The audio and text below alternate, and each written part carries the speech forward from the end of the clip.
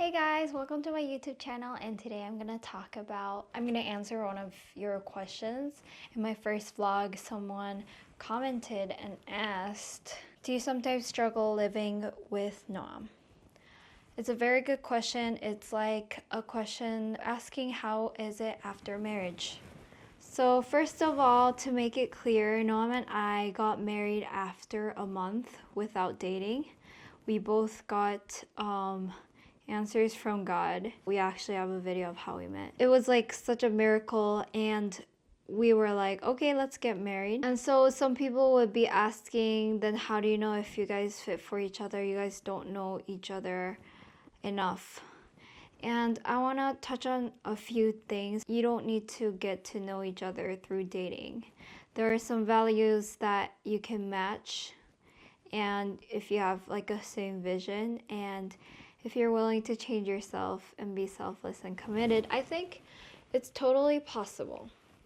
And so the struggles I had after I got married, it was because I was selfish. I saw a lot of reels in Instagram that shows like where the wife is like on her phone all the time, and then when she sees like their husband on the television playing video games, they get so mad. I get disturbed when Noam was on his phone, and then I'm always on my phone and he never tells me that. One of the few things that really clashed between us, I would say, is culture. Oh, hi, me in the bathroom mirror. Anyways, because I was raised up in a Korean family and he was raised up in an Israeli family with a Russian background, it was very different. And this, even though I kind of grew up not in the most Korean way. And he also it wasn't in this one culture, and he was kind of mixed. Still, there were some things that we had to fix and figure it out together. But we kind of compromised a lot of things, and we were like, oh, we don't like this part of the culture. Oh, we prefer this kind of culture. So we decided together on what to keep and what to throw away. I would say the struggles really help us, because when we see a struggle, we decide to sit on it instead of ignoring it and just getting mad for like 1 week and not talking to Noam.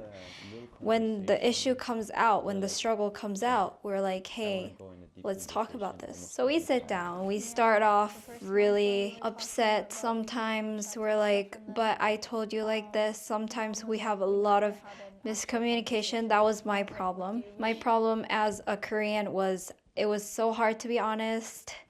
Anything that happens, I would keep it to myself and I wouldn't be honest, and then I get very mad later and I would treat him differently and he would understand like, why is Noah not in the mood? And then we had to figure out how I can tell my feelings, what I think, and just like talk it through, which was very uncomfortable for me in the beginning because Noam's style of talking is pretty straightforward. He also knows that. He got a lot softer since he got married. And then in the end, sometimes we end up like reading the Bible and like how God sees this issue, how God wants this to be solved. I think that's very beautiful, and I really hope all married couples do this because it's very easy to ignore it and just be mad at each other. And sometimes that happens to us because I don't speak up.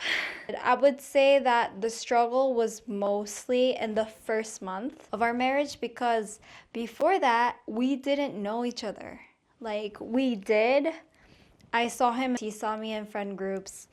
We would hang out as a big group, but we would see each other once a month. And then we got to talk about a few things, especially about marriage, about our life values, and then it like matched. Anyways, it was more like a time of getting to know each other, how the other person expresses their own feelings, or what is their love language, those kind of stuff. So the struggles now, we can solve it way faster and easier than before, and I'm really thankful for that. So as I was saying, the first month we had the most struggles and we tried to figure it out. Oh, learning about each other's love languages was also kind of like a struggle in the beginning because we didn't know that the other felt like love in this way. And so I had to get used to speaking and communicating and like having a conversation with Noam, deep, intimate talks. That was Noam's love language. Yeah, so before I got married, I told you guys already that I like loved hanging out with friends, and that was kind of like the struggle that I had to learn after I got married. I have to give space in my heart for Noam instead of splitting my focus like to everyone around me. So that one I kind of learned. I still like love my friends, but I focus more on my husband. I focus more on my family. Yeah. Also, about finances, I barely knew what it was, but I started learning it after marriage. I couldn't contribute anything in the finances, but Noam was patient and he taught me, and we learned together how to build each other up in this. And I understood that a lot of couples have a hard time and they fight when they have financial struggles, but I think in this point we really want to build up each other. And I don't like shopping, so that wasn't a problem at all. I had a problem where I always don't pay attention when Noam is helping, and then whenever I'm helping, I'm like in this little bubble. I'm like, I'm the only one helping, I'm the only one cooking. Everything is terrible. And then later I like kind of complain, and then when I look back, Noam did everything and I just didn't want to admit, but I remember that he did stuff. I don't know, I was just blinded, narrow-minded, so that was kind of like the hard things. Shakira! And so my conclusion is most of the struggle is because it's whenever we decided to focus on ourselves instead of what's best for both of us and how God sees our relationship. Noam kind of helped me, like, how do you say, tune? That's like a musical term. To make it tune in, yeah. Adjust my point of view. That's how we did it together. You know the feeling where you just got hurt and you just focus on yourself, and because you are very emotional at the moment, you don't think about the other person and you just start like attacking other parts of like stuff. For example, this is like a funny example. Because I got offended, I would say like, Noam, do you know that your feet is smelling? Those kind of stuff. Do you just burp? Yeah.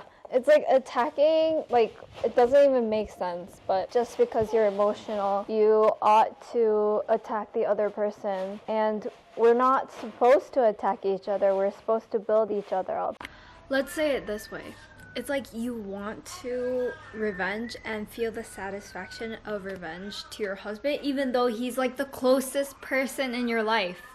And then you feel satisfied, and after that you feel regretful because you just ruined your relationship. And instead of ruining it, you have to encourage each other. And so yeah, it's kind of like a thing that I see in our lives where I do it, I feel satisfaction at the moment, but then later on it's so regretful. And to come back, you need more trust and you need more of God's grace and mercy. So yeah, just wanted to say that. So basically that was it. If you guys have more questions or specific like stories that you guys want to share or things that you're curious about, you can comment below, and I'll see you in the next video. Bye!